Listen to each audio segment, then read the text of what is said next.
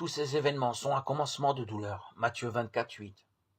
Une suite apparemment interminable de désastres, tremblements de terre, tsunamis, ouragans, épidémies, actions terroristes, guerres que nous vivons aujourd'hui sous nos yeux entre l'Ukraine et la Russie. Tous ces désordres continuent de remplir les titres des journaux et d'attirer notre attention. Que se passe-t-il? Dieu est-il impliqué dans ces bouleversements que nous voyons tout autour de nous?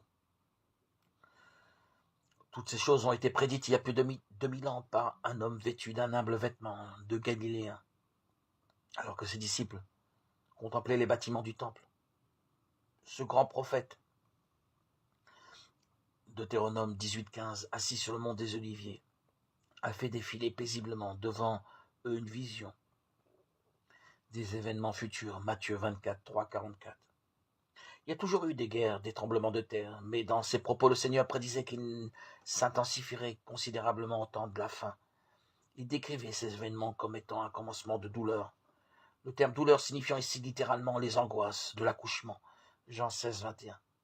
C'est l'image d'une femme au travail pour accoucher et dont les douleurs sont de plus en plus fréquentes et intenses jusqu'à la délivrance. La grande tribulation suivra ces événements et les jugements augmenteront d'intensité. Matthieu 24, 21. On ne pourra pas nier que ces calamités proviennent directement de Dieu.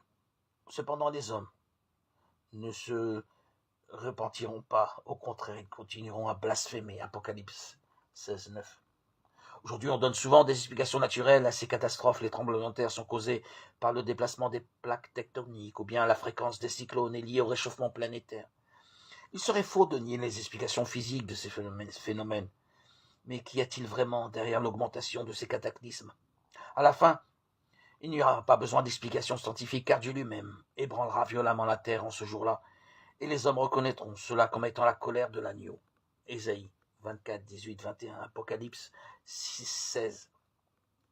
Dieu exécute ses plans aussi bien dans les événements actuels du monde que lorsqu'il fera venir les douleurs de l'accouchement, conduisant à la grande tribulation. Quelqu'un a dit, Dieu est derrière la scène, et c'est Dieu qui l'anime.